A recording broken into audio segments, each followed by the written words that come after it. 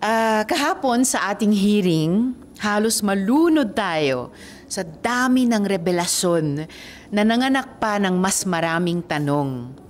Una na dyan, totoo kaya na Chinese talaga si Mayor Alice Guo? Importante yang itanong dahil si Mayor Alice na walang record dito sa bansa ang siyang naging instrumento para makapasok ang napakalaking kumpanya ng Pogo sa Pilipinas na ayon sa Intel ay sangkot naman sa hacking at surveillance activities, lalo na sa mga government websites.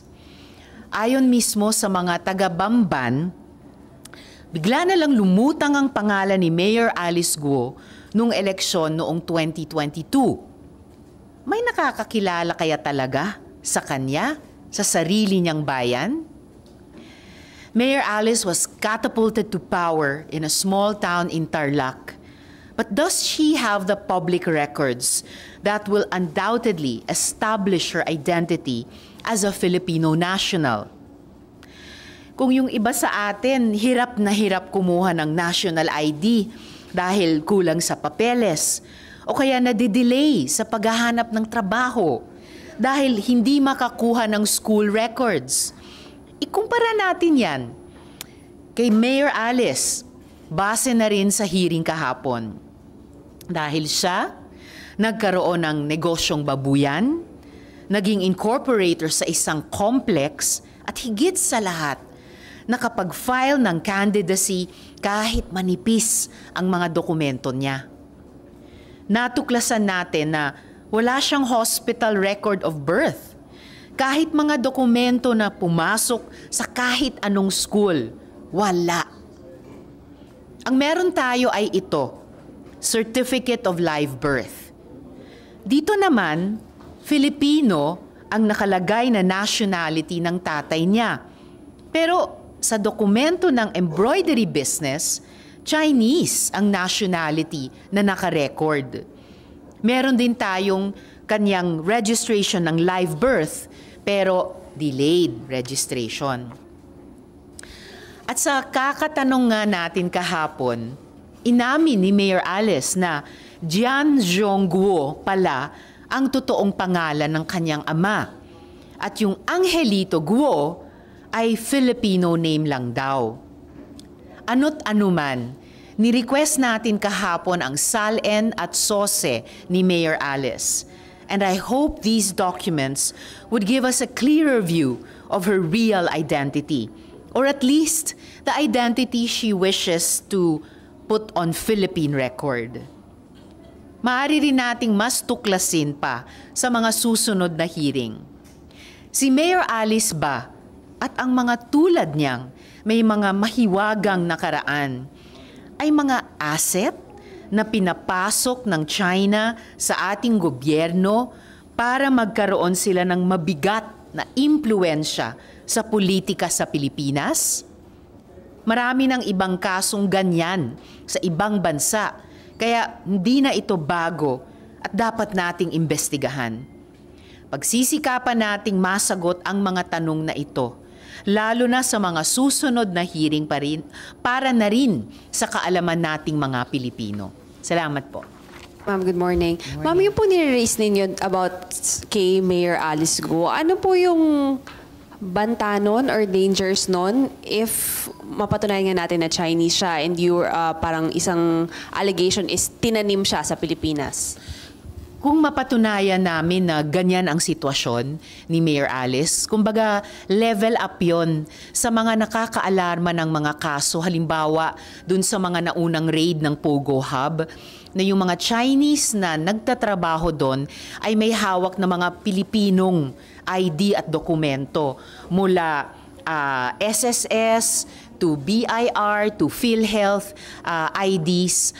Tapos, level up din yan kung sakali sa mga kaso, halimbawa ng mga Chinong na-apprehend ng ating embassy sa Bangkok. Mga Chino, pero may hawak na Philippine passports at Philippine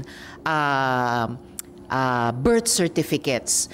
Level up yon sa mga kaso ng mga dayuhan dito man sa Pilipinas o sa ibang bansa na nakakapakinabang sa mga karapatan at benepisyo, social protections na dapat ay para sa Pilipino o di kaya ay under false pretenses bilang mga di umanong Pilipino gumagawa ng mga krimen o illegal na activities dito o sa ibang bansa gamit yung mga sagrado nating dokumento ng identification at miyembro sa iba't ibang institusyon bilang mga Pilipino.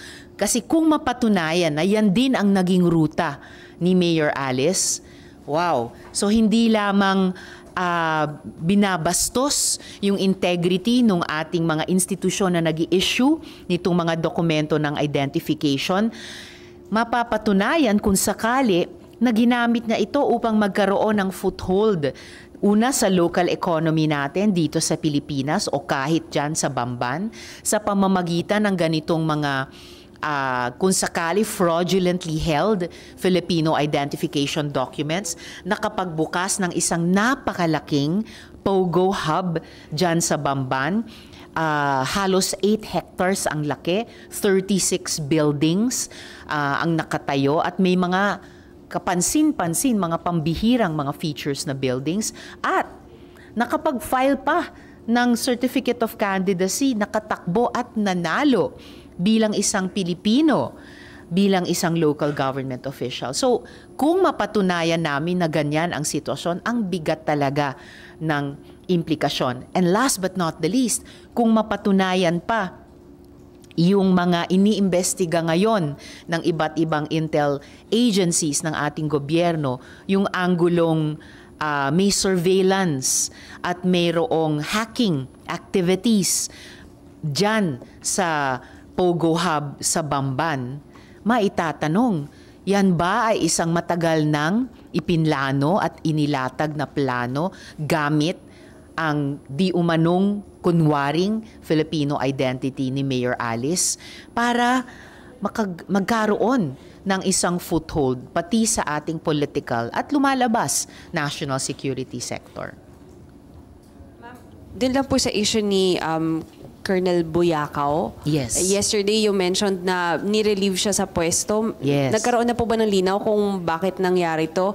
And would you assume, like from an outsider, parang meron bang pinagtatakpan kaya inalis siya bigla dun sa pwesto niya?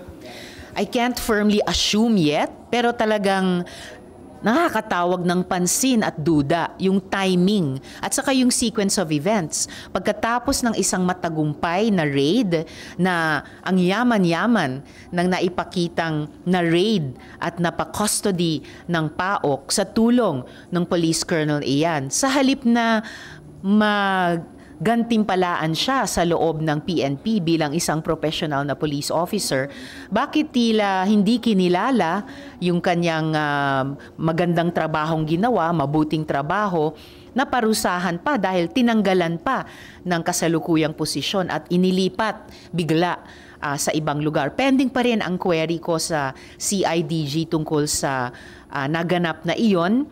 At pending din ang tanong na iyon. Inulit ko sa kanila paglabas ko sa hearing dun sa pumalit kay Colonel sa kanyang kasalukuyang tungkulin. Last na lang po for me. Meron na pong investigation na possible na si Mayor Alice ay protector nung POGO Hub na yun. Do you think meron pa pong ibang mga government agencies or government officials na nakatulong po kaya ang tagal din lang nakapag-operate? Thank you po. Well, yun yung isang implikasyon na kailangang imbestigahan pa kung ma-establish namin na dubious nga yung legal status ni Mayor Alice Guo sa lahat ng kanyang mga involvement so far. Kung meron pa bang ibang mga local government officials tulad niya o potential local government officials na di umano ipinapapasok at piniplace ng China dito sa ating bansa para makamit yung ganyan at iba pang mga layunin. Kaya't naitanong ko nga, POGO lang ba? Scam hubs lang ba human trafficking lang ba, as bad as all those already are? O merong pang ibang long-term din at sinister at nakapipinsalang layunin ang ganitong modus na pati yung national security ng ating bansa ay sangkot na rin. Nagsalita rin kahapon sa hearing ang taga-Department of Justice, tama ba? Was it DOJ here on my left? Na nagkaroon ng task force, kanilang inimbestiga itong iba't ibang mga aspeto pagkatapos ng raid, nagsumite na sila ng kanilang DOJ ba? DILG? It was DILG, opo. Dahil nilinaw nga ulit nila na wala silang kapangyarihan sa ilalim ng mga kasalukuyang batas magkaroon ng disciplinary action or kahit pa nga a certain kind of investigation sa mga possibly erring local government officials. Pero nagbuo ng task force si Secretary at nabuo na nila yung kanilang mga findings at recommendations at kanilang isinumite sa Office of the Ombudsman na isa sa mga constitutional bodies natin or government bodies na pwedeng magpataw ng ganyang klaseng disciplinary action. At nasabi naman nung resource person mula sa DILG kahapon, si ASEC Attorney Benitez, na meron talaga silang findings of possible administrative and criminal violations na maaring mag-subject sa ilang mga local government officials ng Bamban sa pagpaparusa at may mga rekomendasyon sila. At nasabi din naman nila na isa sa mga local government officials na kasama dun sa kanilang findings at recommendations ay walang iba din nga kundi si Mayor Guo. Kaduda-duda na naman, sabi niya homeschooled siya, elementary hanggang high school, pero hindi niya masabi yung homeschool provider. Sorry na lang, naging homeschool parent din ako, kaya alam ko ang bawat estudyante at magulang na nag-homeschool ay meron kaming homeschool provider. So, bakit hindi niya alam? Ang nasabi lang niya ay pangalan ng kanyang tutor. Nagkamali pa nga na tutor daw. Sa homeschooling nga, magulang ang pangunahing nag-homeschool. Tapos, delayed ang registration ng kanyang birth. So, bukod sa walang hospital record of birth, dahil sa bahay daw siya ipinanganak, na hindi naman niya masabi saan yung bahay na iyon, kung saan sila ipinanganak, ang registration of birth niya sa ating PSA ay 17 years late. Dahil 1986 sila di umano ipinanganak, registered ang birth noong 2003. So, pending pa rin yung tanong ko sa kanila, bakit? Bakit ganyang ka-late? Hindi na naman nila masabi kahapon. Nakakatawag pansin yon dahil apparently, sa research namin, sa ibang mga bansa, may ganyang ding modus. Sa mga ipinapasok na mga dayuhan, eventually, doon magpapanggap na local, na national, doon sa bansang iyon. And then may gagawin na iba't ibang gawain na yung iba ay hindi po kanais-nais. Kaya importante yung pending na tanong kong iyon kay Mayor Guo. And then ma'am, you mentioned yung hacking of Yes. government sites na na-trace sa Baofu. Can you elaborate lang po? Anong sites ang na-endanger if you're at liberty po? Well, ongoing pa ang investigation ng mga iba't ibang intel agencies tungkol dyan. Basta't nakaka-alarma na, nakaka-raise talaga ng serious concern yung isang anggulong iniimbestiga nila na baka may ilan sa mga, kamakailan lang iniulat ninyo sa media na hacking operations laban targeting yung mga government websites natin na posibleng yung ilan doon ay nag-emanate mula mismo doon sa Bamban. Good morning. Morning. Do you intend to summon din yung mga member ng Municipal Council ng Bamban? Kasi yesterday, Senwin was asking Mayor Guo kung yung relasyon niya sa Hongsheng. Kahit nasa dokumento, siya yung representative. In black and white. Sinasabi niya na hindi siya. At pinakilala niya lang kung siya talaga yung humarap sa ano, di ba makikilala siya nung vice mayor and the town council members. Posibleng paimbitahin din yung members ng municipal council, whether yung past at o yung present. Dahil yung nakaraan at paulit-ulit si Mayor Guo na ang dating administrasyon. So sila nga ang nag-issue ng letter of no objection o LONO kay then Alice Guo bilang representante, nakasulat sa dokumento, representante ng Hongsheng, at nabanggit din ni Attorney Asek Benitez na nabanggit din nila na yung members ng municipal council ay naging subject din ng kanilang fact-finding sa loob ng department ng DILG at posibleng subject ng findings and recommendations. So, very possible, maimbita rin sila. How about residents po? Regarding doon naman sa identity and personality of Mayor Guo. Could be dahil sa research namin at ang mga kababayan natin sa Bamban, magkakakilala silang halos lahat. As in, walang nakakakilala kay Mayor Guo nung una siyang biglang lumitaw doon at tumakbo at nanalo bilang mayor. As in, sabi nung ibang mga kausap namin, zero ang nakakakilala sa amin sa kanila nung panahong iyon. Have you received any information at even kahit na initial lang from the intelligence community regarding the personality of Mayor Guo? Ongoing ang investigations nila ng mga intel agencies. So, karamihan nung ipinakita at itinanong ko kahapon sa hearing ay galing din sa aming research kay Mayor Guo at yung buong Baofu operations na iyan. And we also, through the hearing yesterday, we also shared those with the government agencies at na-appreciate din namin kung meron din kaming nakukuha mula sa kanila. Should our intelligence community be also concerned regarding the identity of Mayor Guo and the possibility that there are other persons na galing sa China na pumasok hindi lang sa politika pero sa business community, ibang sectors, even from the media? I'm sure they're very concerned dahil sila yung bahagi ng ating national defense and national security establishment na mandato nila siguruhin na on the level yung totoo yung mga bona fides ng iba't ibang mga taong pumapasok dito sa ating bansa, lalo na mga dayuhan.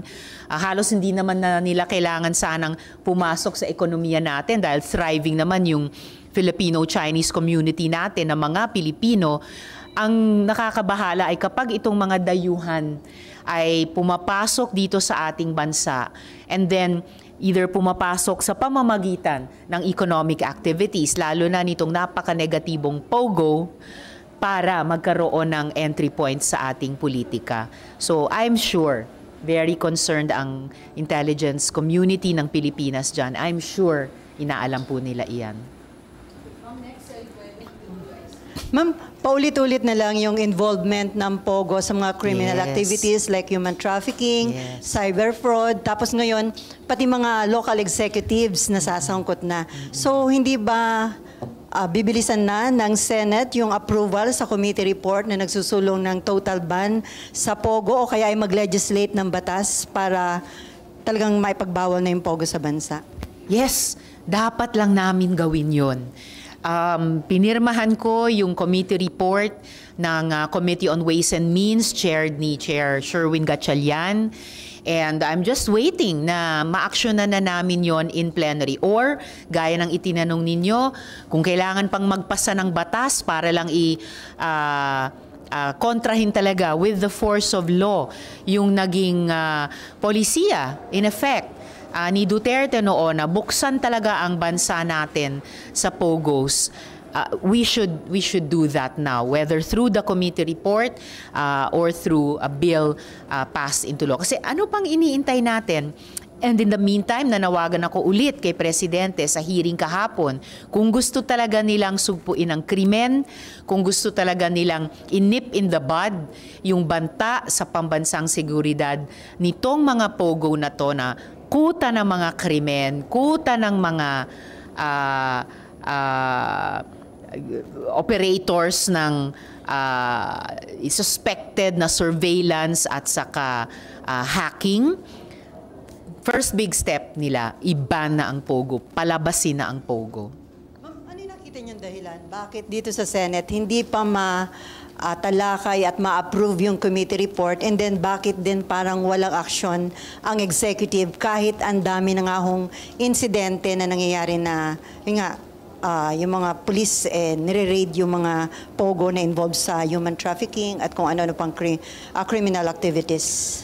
Kakailanganin yung itanong sa Senate leadership, hindi sa akin, kung kailan namin aaksyonan yung committee report. Dahil isa ako at may majority number ng mga miyembro ng komite handang-handang suportahan ang Senate leadership sa pag-approve at pag-adopt ng committee report na iyon. Kasama yung rekomendasyon na paalisin na ang mga pogo na iyan sa loob ng 3 buwan. And as for the executive, hindi ko alam anong iniintay nila. Napakayaman na ng findings and recommendations ng marami-raming Senate committees. Simula noon sa Senate Committee on Labor na nag-imbestiga sa yung mga illegal foreign workers sa mga POGO, yung amin sa Senate Committee on Women, 4 na taon running na yung POGO-related prostitution, illegal recruitment and detention, pastilla scam, hanggang itong human trafficking, cyber scamming, at ngayon national security implications pa.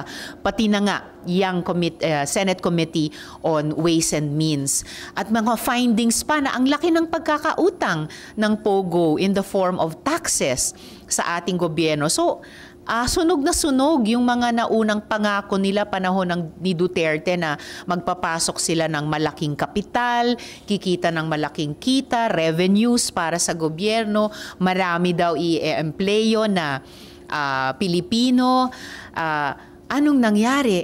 Mas maraming Pilipino ang naging victim survivors ng operations ng POGO na ito. Grabe ang epekto sa mga kababaihan at kabataan. Ang laki ng pagkakautang sa buwis, kakarampot ang revenues para sa gobyerno, terrible pa ang social and human costs sa ating bansa, at ngayon napipinto pang mabunyag ang national security threats. So sa cost-benefit analysis, halos walang benefit, panay costs ang listahang iyon.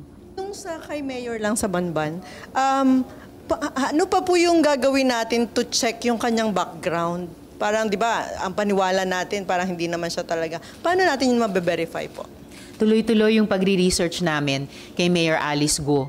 Dahil kahit sa actuations niya kahapon, harap-harapan na right in front of her face yung slide namin dun sa siya ang representative ng Hong Sheng, siya ang humingi para sa Hong Sheng ng letter of no objection. Harap-harapan din niyang dinideny na siya yung representante. Siya daw ay konektado lamang sa Baofu later at una sa, Baofu nung una. And later sa Zhu Yuan. So talagang pag ang isang resource person, government official at that, ay harap-harapang nagsisinungaling o harap-harapang umiiwas sa tanong, lalo lang magiging concerned at curious ang isang Senate committee. So, lalo naming nire-research ang kanilang background sa iba't ibang aspeto. So, the same po dun sa COMELEC, di ba, she filed COCs and supposedly bine-verify ng COMELEC yung kanilang identity. May kakulangan doon yung COMELEC? Well, posible, pero alamin pa namin iyon. Lahat kaming mga government institutions ay may responsibilidad kapag identification ng isang nagpepresentang mamamayan na ibigay yung kanilang entitlements, protektahan ang mga ito, pero according to yung criteria No? So dapat kung may mga criteria at mahigpit na criteria lalo na, dapat ino-observe namin. Kumbaga, dapat gumagawa kami ng due diligence. Ma'am, sabi natin walang nakakakilala sa kanya sa Banban. Paano na siya nanalo? Yan ang isang tanong. Paano siya nanalo? Bukod sa paano sila nakalikom ng sapat na campaign funds mula sa sabi niyang naging unstable, fluctuating prices sa pagbababoy.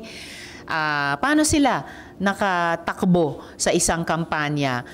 Paano din nila nabili yung helicopter na ipinakita ko? Inamin naman nila mayroon silang helicopter. Hindi daw yung nasa photo, pero sige, may helicopter daw sila. Dati, ibinenta daw sa isang British company. Inaalam din namin yon kung totoo ba yan.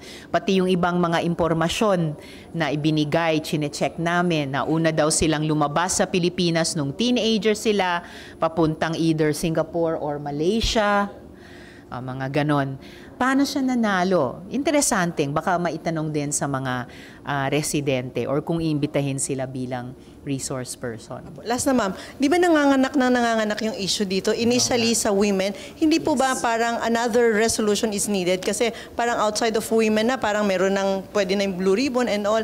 Ano po, do you plan to file other resolution to parang call for another investigation? Salamat po. Sa ngayon, hindi ko pa nakikitang kailangan maghain ng bagong resolusyon dahil itong pag-o-ocular at pag-iimbestiga namin sa mga raided na POGO hubs ay nagsimula talaga dun sa unang-unang. Nanganak lamang ng nanganak, tatlong generation na ng mga issue dun sa POGO-related prostitution. At hanggang ngayon, yung mga nare-rescue na mga Pilipinong, Vietnamese, Malaysian at Chino rin na mga human trafficking victims pinilit na mag-cyber scam. Yung pala nandun na sa isang complex ng Baofu na may posible ding palang mga surveillance at saka hacking activities. May maraming kababaihan pa ring nabibilang doon. So far, sumasapat pa itong investigasyong ito. Yes, ma'am.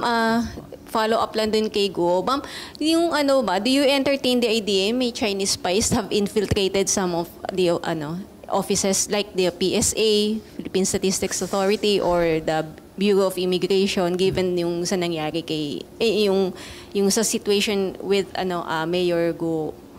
I hope not. I hope not infiltrated physically. It's bad enough kung kinokorrupt yung mga ahensya natin. Tulad nung naipakita sa investigasyon namin sa Bureau of Immigration, kaugnay ng Pastilla scam. Kaya naitanong ko nga, ito bang nakakahawak ng Filipino IDs at identification documents ng mga dayuhan, lalo na mga Chino, ay bagong yugto ng Pastilla scam. Buhay pa ba yung business model na iyon? Binago lang nila yung struktura. So I hope hindi physically infiltrated yung ating mga government agencies dahil masahol na nalalagyan or nakokorrupt gamit ng pera yung mga ahensyang ito sa pakinabang ng mga dayuhan na mayroong mga malign interest dito sa ating bansa. But ma'am, if that is the possible scenario, ano yung pwedeng disciplinary action or sanctions against these officials, PSAs or immigration officials, ma'am? Well, yun yung pag-aaralan pa ng komite once finally makasulat kami ng committee report, lalo na dun sa section ng recommendations.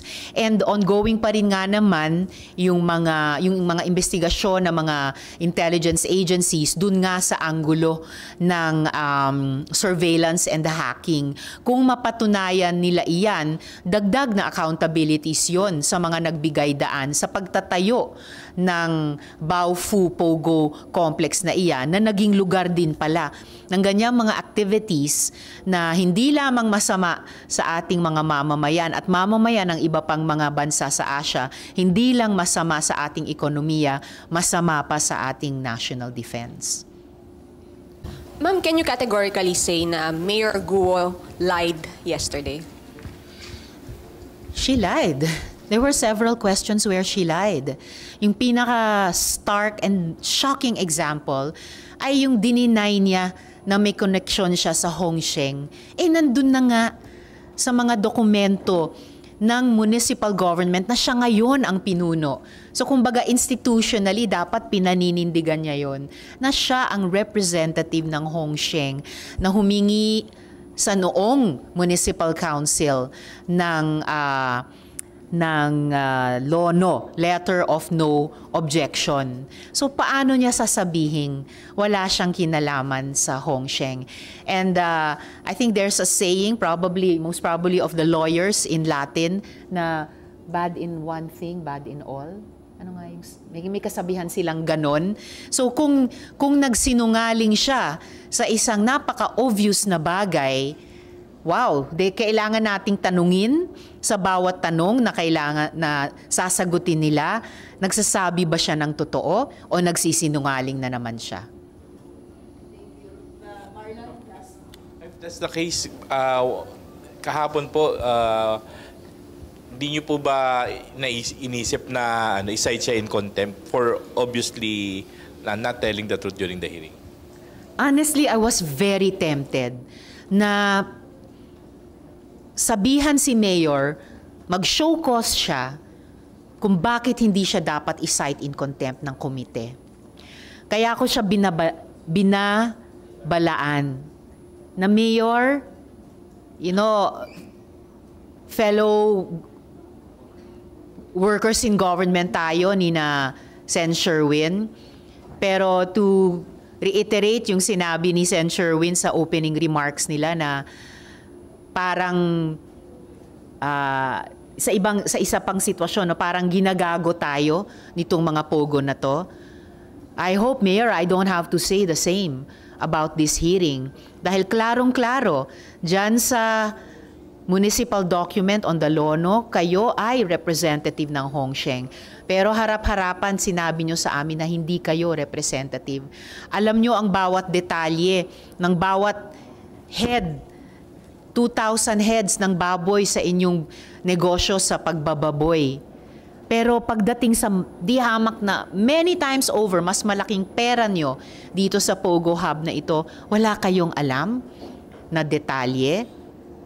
So, nakaka-insulto talaga. And so I confess, I was very tempted to cite her in contempt.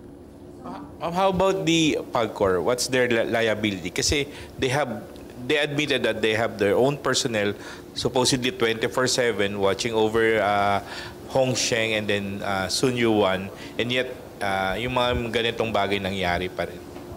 Hindi pa tapos yung mga tanong ko sa PAGCOR, pero i-follow up ko yung isang binuksan na ni Sen. Sherwin, na yun na nga, merong sila kasing in-house na PAGCOR personnel doon, kahit doon sa Zuyuan, doon sa Baofu property. So paano nangyari ito over the past several years na mas malaking operasyon at ibang mga activities sa may permit yung complex na iyan. Pati yung mayor's permit na second, third, and fourth floors lang daw, sa isa lamang daw sa 36 buildings. Hindi daw nabantayan ni na mayor, hindi rin nabantayan ng PAGCOR. So, ma'am, pahabol lang. Last lang. So, ma'am, are you hoping na immediately yung Office of the Ombudsman a-action agad para ma-dismiss kung sakali itong mga local executive from Banban, Tarlac? Well, nagawa na po ng DILG ayon kay ASEC Benitez magsumite ng kanilang fact-finding report with their findings and recommendations. And in support sa trabahong ginawa na ng DILG task force na iyon, I am hopeful na aaksyon positively ang Office of the Ombudsman dahil yan po ay makakatulong lamang sa aming continuing investigation din. At yung overall na layunin namin na mabigyan ng hustisya yung dumaraming mga biktimang babae, bata, pati mga kalalakihan na Pilipino at pati ibang mga nationality sa kamay ng mga pogo na ito. Na mukhang hindi lamang economic ang may interes at may control dyan. Baka may iba pang, no? Mas political ba, mas militar ba dito sa labas ng ating bansa. Salamat.